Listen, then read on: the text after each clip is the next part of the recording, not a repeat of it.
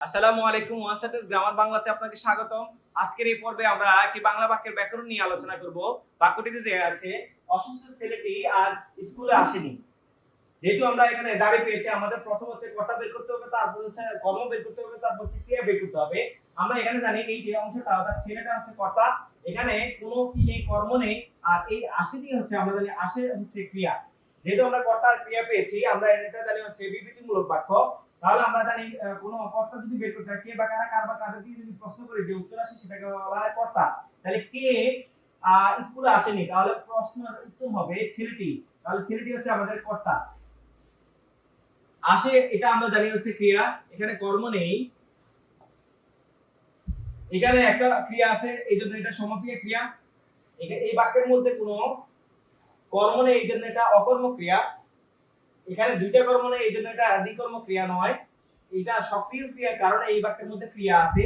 যদি না থাকতো তাহলে এটাকে অক্রিয়, অনুক্ত কিংবা উচ্চ ক্রিয়া বলা হতো। আর এই বাক্যটা হচ্ছে একটা সরল বাক্য বা সরল ক্রিয়া।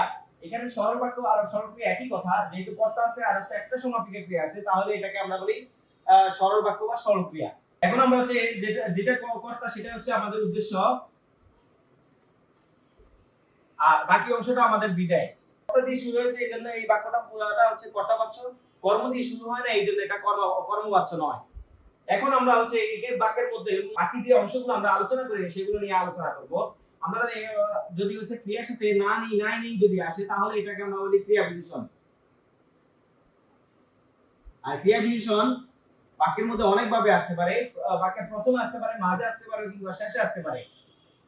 এখন হচ্ছে এখানে নাই নাই নেই এগুলো হচ্ছে ক্রিয়া বিশেষণ। এখানে স্কুল যদি আমরা প্রশ্ন করি কখন, আমরা জানি কোনো শব্দকে হচ্ছে কখন, কোথায়, কিভাবে দিয়ে প্রশ্ন করলে যে উত্তর আসে সেটাকে বলা ক্রিয়া বিশেষণ। তাহলে কখন স্কুলে আসেনি, উত্তর হবে আজ। আর আজ হচ্ছে আমরা জানি এটা হচ্ছে সময় বুঝে গেছে, তাই হচ্ছে এটা ক্রিয়া বিশেষণ। এর পরবর্তীতে কোথায় আসেনি যদি প্রশ্ন করি, তাহলে আমরা জানি এটা হচ্ছে ক্রিয়া বিশেষণ। কারণ কোথায়, কখন, কিভাবে প্রশ্ন করলে যে উত্তর আসে সেটাকে বলা ক্রিয়া বিশেষণ। ক্রিয়া বিশেষণ কি হতে পারে না, কর্ম হতে পারে না। যেহেতু এখানে দুইটা কর্ম ক্রিয়া বিশেষণ একত্রে এসেছে, আমরা এটাকে কি বলতে পারি, ক্রিয়া বিশেষণ বর্গ বলতে পারি। দুইটা যদি ক্রিয়া বিশেষণ একত্রে আসে, দুইটা বিশেষণ যদি একত্রে আসে, দুইটা ক্রিয়া যদি একত্রে আসে, তাহলে আমরা এটাকে কি বলি, বলতে পারি বর্গ বলতে পারি। এখন হচ্ছে ছেলেটি এসেছে, আমরা জানি ছেলেটি হচ্ছে কর্তা এখানে।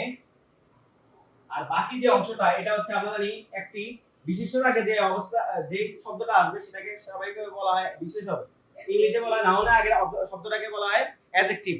যেহেতু আমাদের এখানে হচ্ছে এটা ছেলেটি হচ্ছে বিশেষ্য অথবা নাউন, এর আগের অংশটা হচ্ছে যেহেতু অবস্থা বুঝেছে কার, ছেলেটির কি অবস্থা, অসুস্থ। সুস্থ আর অসুস্থ দ্বারা মূলত হচ্ছে আমরা জানি যে শব্দ দ্বারা কোনো বিশেষ্য এবং সর্বনামের দোষ গুণ অবস্থা সংখ্যা পরিমাণ বোঝায়, তাহলে এটা অবস্থা, অসুস্থ দ্বারা অবস্থা বোঝানো হয়েছে, তাহলে এটা হচ্ছে বিশেষ্য।